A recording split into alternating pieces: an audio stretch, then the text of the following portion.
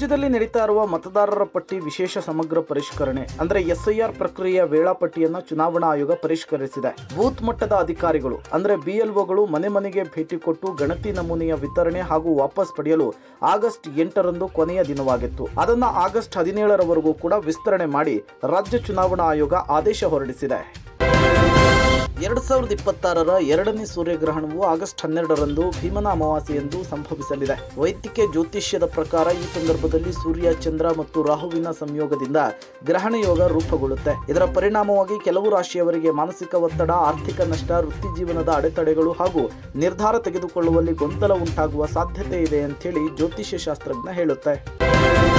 Bidadi township ಯೋಜನೆಯ ವಿರುದ್ಧ ನಾಳೆ ಅಂದ್ರೆ ಆಗಸ್ಟ್ 9ರಿಂದ ನಡೆಯಲಿರುವ ಜೆಡಿಎಸ್ ಪಾದಯಾತ್ರೆಯ ಚಾಲನೆಯ ಕಾರ್ಯಕ್ರಮದಲ್ಲಿ ಬಿಜೆಪಿ ನಾಯಕರು ಸಾಂಕೇತಿಕವಾಗಿ ಭಾಗಿಯಾಗುತ್ತಾ ಇದ್ದಾರೆ.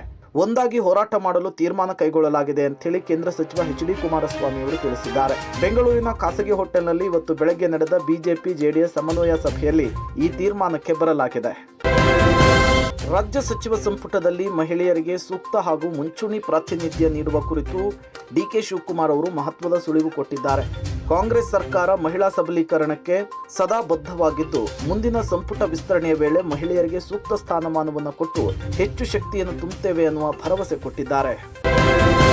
ರಾಜ್ಯ ಕಾಂಗ್ರೆಸ್ನಲ್ಲಿ ಅತೃಪ್ತ ಶಾಸಕರ ಮನವೊಲಿಕೆಯ ಕಾರ್ಯ ಮುಂದುವರೆದಿದೆ. ಕೆಲ ಶಾಸಕರು ಪಟ್ಟನ್ನು ಸಡಿಲಿಸದೇ ಇರುವುದರಿಂದ ನಾಯಕರಿಗೆ ಹೊಸ ತಲೆನೋವು ತಂದಿಟ್ಟಿದೆ. ವಿಜಯನಗರ ಶಾಸಕ ಎಂ ಕೃಷ್ಣಪ್ಪ ಅವರನ್ನ ಭೇಟಿಯಾದ ಕೆಪಿಸಿಸಿ ಅಧ್ಯಕ್ಷ ಬಿಕೆ ಹರಿಪ್ರಸಾದ್ ಮನವೊಲಿಕೆಯ ಕಸರತ್ತನ್ನು ಮುಂದುವರೆಸಿದ್ರು. ಮತ್ತೊಂದು ಕಡೆ ಖಾತೆ ಹಂಚಿಕೆಯ ವಿಚಾರವೂ ಕೂಡ ಸಿಎಂ ಡಿಕೆ ಶಿವಕುಮಾರ್ ಅವರ ಮುಂದಿರುವ ಮತ್ತೊಂದು ಸವಾಲು.